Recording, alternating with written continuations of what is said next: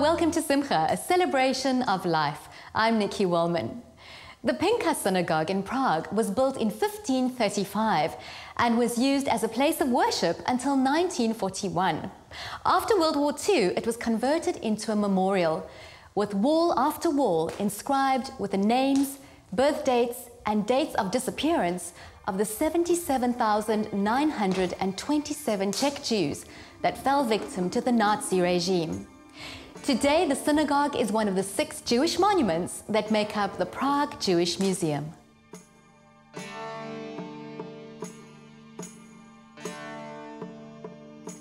The second oldest synagogue of the Czech Republic Jewish ghetto is the Pinkus Shul, which was built for Aaron Meshulam Horovitz in 1535 on the site of a previous house of prayer.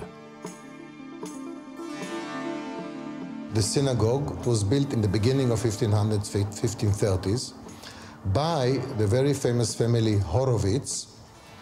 And the Horovitz, for example, the Shlah, Shnei Luchot HaBrit, who is buried in Tiberias near Maimonides, this one of his forefathers. And they were very rich people, originally from Spain, but they amalgamated into the Ashkenazi community. So this was built by him as a private synagogue. What do we mean by private synagogue? Sometimes between the king, the non-Jewish one, the king who is controlling, and the Jews are like, belong to him and he protects them. The Jew is rich and he gets some rights, he has to pay for these rights. So the Jew tells him, you know something, I want to build a synagogue. He said, but the church does not allow me to build a synagogue. So let's cheat the church. How we cheat the church? You buy a big house and you buy in it a chapel. Like I have, you are the king of the Jews, of the Jewish town. Therefore, you are parallel to me. I'm the king there, you are the king in the Jewish town. So you build yourself a palace, and in that palace you make a chapel. So what we see, the synagogue, the beautiful Pinkus Synagogue, which is about 500 years old, we see this private synagogue. Among the later members of the Horovitz family were a number of rabbis and scholars who devoted themselves to the study of Jewish mysticism and the Kabbalah. The high single nave of the synagogue is arched by a late Gothic reticulated vault. The most progressive part of the decoration is the front portal, which is rendered in the unusually pure form of the early Renaissance. Between 1607 and 1625, the synagogue building was extended by the addition of a late Renaissance annex with a nave for women, gallery, and spacious vestibule. The wrought iron Rococo grille for the bima was donated in 1793 by the Prague banker Popper. The banner and robe of Solomon Molcho, the Messianic martyr burnt at the stake in Mantua in 1532, was kept as a valuable relic in the Pinkus Synagogue for centuries.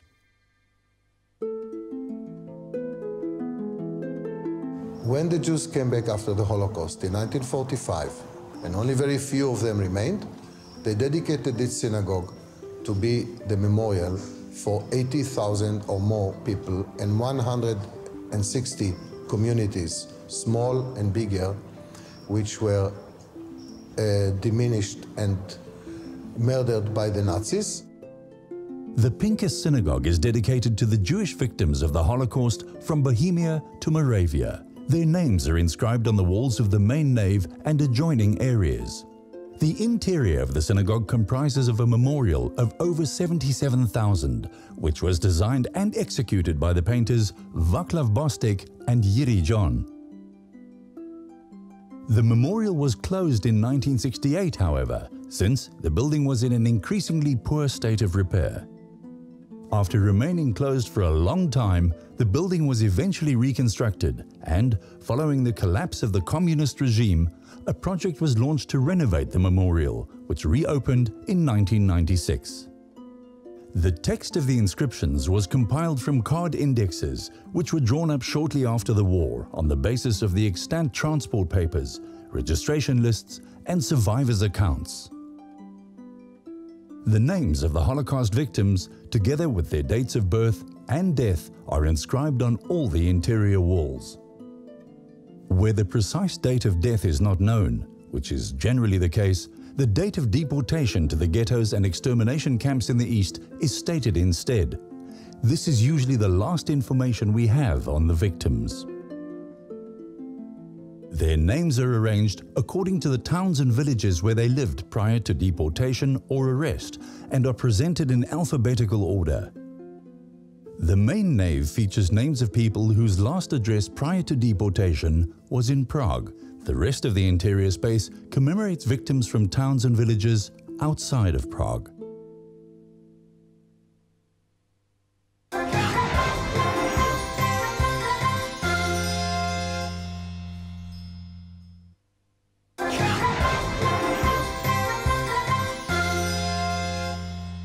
The 12th principle of Maimonides' 13 Principles of Faith is the belief in the coming of Messiah and the Messianic Era.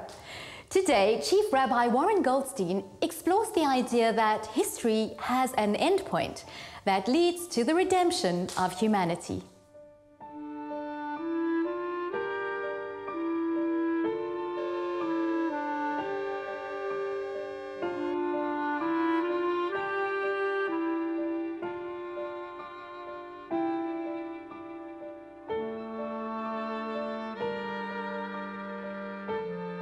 Today we're going to talk about the coming of Mashiach, one of the 13 principles of faith, as well as revival of the dead, right at the end of the 13 principles of faith. Famous concepts these, and yet what do they mean? What is behind the fact that we believe in the coming of Mashiach and the revival of the dead? We sing that song, Ani Ma'amin Beviat HaMashiach, I believe with perfect faith in the coming of Mashiach, that's sung at all of the Holocaust memorial services. What does it really mean? What is it about? It's a very important component of what Judaism teaches us, that through this principle of faith, God teaches us that history has a direction, and that He's not going to leave human history to go around in circles without arriving at a particular destination. That He has a plan, and that plan has a culmination, has an end point, and that the world will finally be redeemed. That's what faith in the coming of Mashiach is all about, is that there is an end point to history, and that we long for that because we see the pain and the suffering of the world in which we live, and the imperfections created through human action in the world in which we live. All of the lack of clarity, and that's going to be one of the defining characteristics of the Messianic era, will be a time of absolute clarity. The Rambam writes about it, Maimonides writes about it and explains, based on the Talmudic sources, based on our oral tradition, that in the times of Mashiach there's going to be an absolute clarity of who God is and what He wants from us, and the whole world will see it. And that's going to be the beauty of it. We live in a world of so much confusion and darkness and different opinions and problems. And in that time of Mashiach, it's not that miraculously all the problems are going to go away, but there will be this absolute clarity of who God is and what He wants from us, the absolute clarity of truth, to live in a world of truth. How remarkable and how beautiful is that, to live in a world of truth and to live in a world of justice and to live in a world where we can see things for exactly what they are. But what it's really about is saying is that God is involved in history. The 13 principles of faith provide us with a framework of values of how to understand. So we've learned about the personal God. We've learned about the fact that God gives us a Torah for how to lead our lives. But in these last two principles of faith, we learn about God who is interested in history and the affairs of human beings and how things pan out, and that there is a plan and a goal that we're headed towards, and we need to be part of that. That history is not just a random accumulation of events, that we are headed in a particular direction and that we long for that.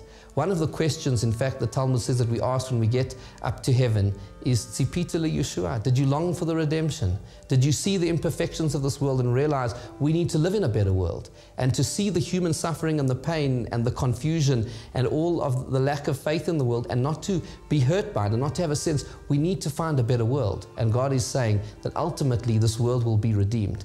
We have our role to play in that. We have to do whatever we can to fulfill His commandments and to make a better world. But that ultimate redemption is in His hands, but we take comfort in that, because you know what it gives? It gives us one of the most important things that any human being needs: hope. Tzipitel Yeshua, it's about hope, that there can be a better world, that one day there will be a better world. And it's that sense of hope that gives us the motivation and the inspiration to continue. So belief in Mashiach is about belief in hope. It's about real faith in God, that He hasn't abandoned the world. He's directing the world and bringing the world to its ultimate redemption, when we will all live in a much better place. And please God, may that time of redemption come speedily in our days.